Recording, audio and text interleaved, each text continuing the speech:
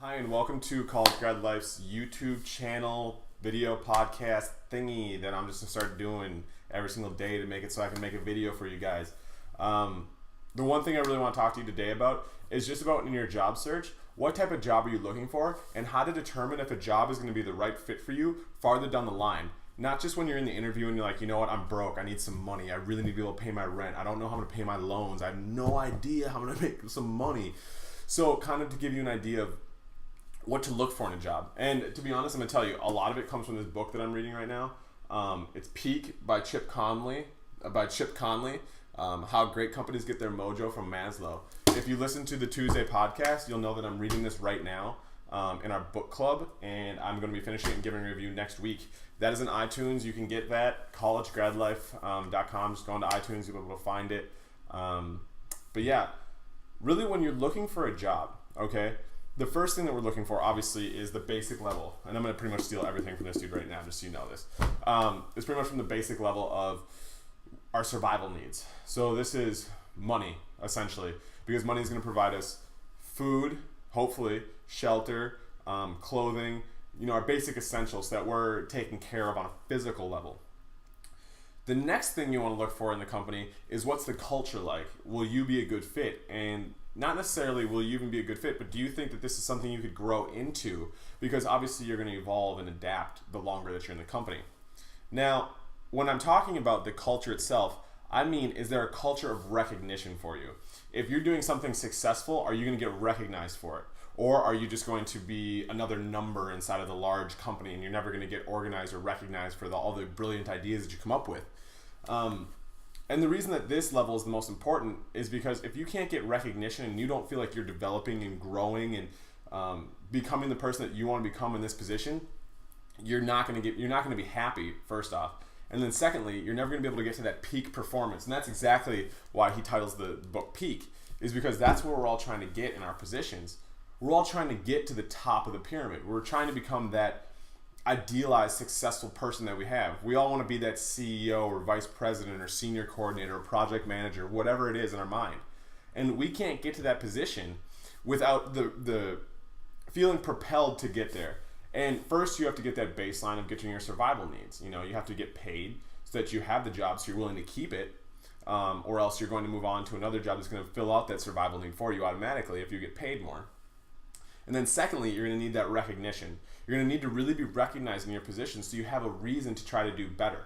If there's no incentive for you to do better, you're going to eventually just plateau and you're going to be like, well, screw it. Like I have no reason to get any better. And then you're never going to get to that peak where you become the greatest possible person that you can be in terms of your career, your skill set, your wants, your desires. And eventually you're going to be unsatisfied in this position and not know why you have depression or anxiety or fear or just feelings of negativity towards your job.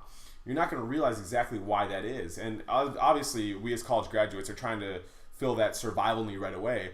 But if you're entering into a job that'll be part of your career, you need to really start thinking about, could I get to my peak in this position? Or could I get to my peak in this company? Because these companies that are hiring us, yes, they want us for our fresh ideas and our cheap labor, essentially.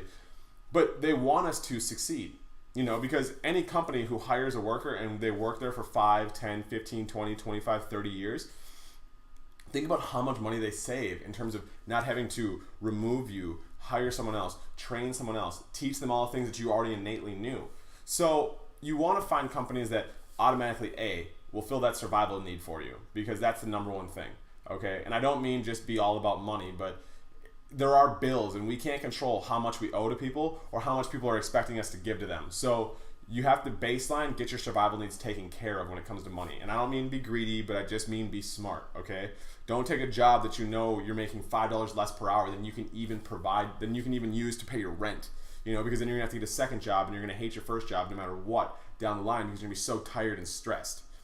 And then the second thing is, realize again what the culture of the company is. Talk to people who have worked at the company before if you're interested in this company, and talk to people who work in the company now. Find out who your boss would be and just try to have an informational interview with that person so that you have an idea of exactly what type of culture they cultivate inside their team, inside of the company, and what type of culture you'd be walking into, okay? And then third is there an opportunity for you to grow? You know, do you see that the company has taken somebody who's worked there for 10 years and they've taken them from the mailroom and now they are in, you know, they're a vice president of something, or they're a manager of something, or at least they've moved from the mailroom and they're like 5 or 10 steps away from there. You really want to know that there's an opportunity for you to grow. You know, that you don't want to get into something where it's going to be a dead-end job when you're just out of school. I mean, sometimes that's what you need to do because you need to survive. You need to do that baseline, okay? And this is specifically for a position that you know is going to be part of your career and is going to just lead you into more opportunities, maybe in the company or outside the company.